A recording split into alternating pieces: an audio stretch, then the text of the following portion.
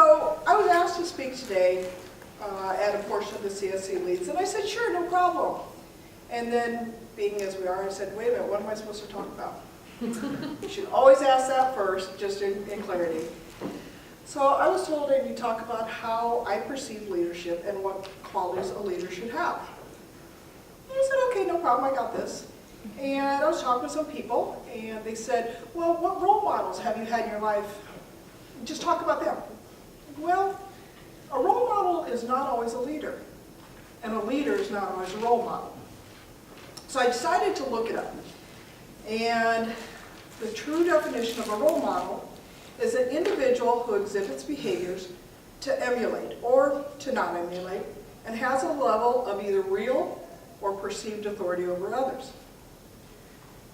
Furthermore, a leader is somebody who uses their influence or knowledge to direct others to achieve a goal. So I was really looking more that a leader may be a role model, and a role model may be a leader, but that doesn't mean they have to be good. Example of a leader. There was this person at one point in time. He looked around, he saw injustice. He decided that as the people, they needed more of a voice. He stood up to authority figures. He gathered others to follow with him and said, this is not right, we need an equal say. Does that sound like a leader? Possibly. What if I told you that leader's name was Lucifer? Didn't end too well for him, utter damnation, thrown out of heaven, all that fun stuff. So while is a leader, perhaps not a good one. As some of you guys know, I'm teaching a class on psychology of cults this coming spring, or in April. The Reverend Jim Jones was a leader. Charles Manson was a leader. However, I would not necessarily call them good leaders or good role models. We all know of those people. I want to tell you a story of another role model. It was my 6th grade math teacher, who will remain nameless. Now keep in mind, this was a different time. I'm a few years older than some of you guys. He did not want girls in his math class.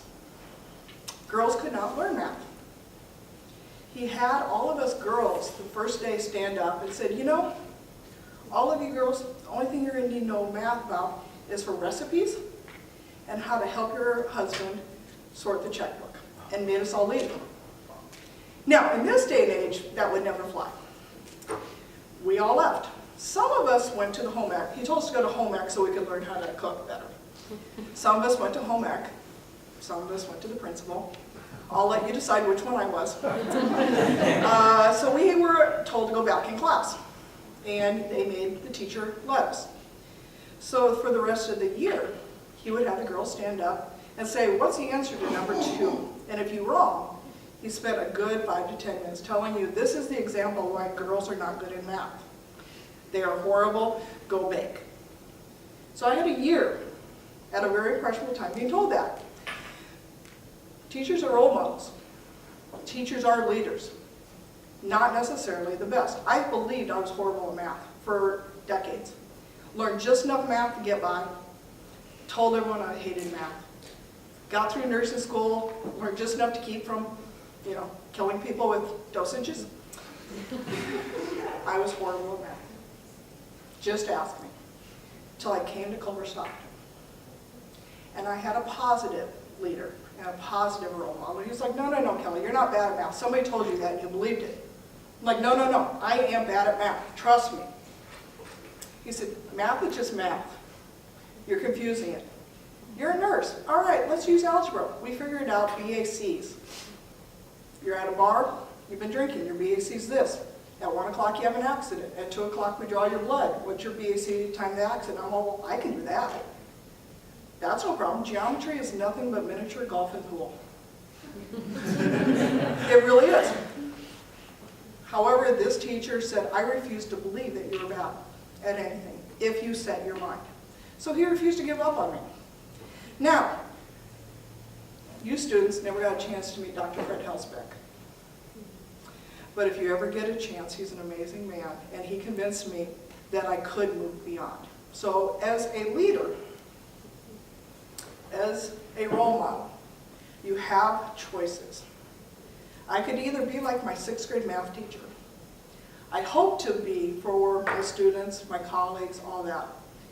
A little bit more like Fred Helsbeck Jr. Although we cannot all be like him because, well, he is one of a kind if you've ever got a chance to know him. So the moral of my story of what is a leader and how do I view leadership is ultimately we are all human.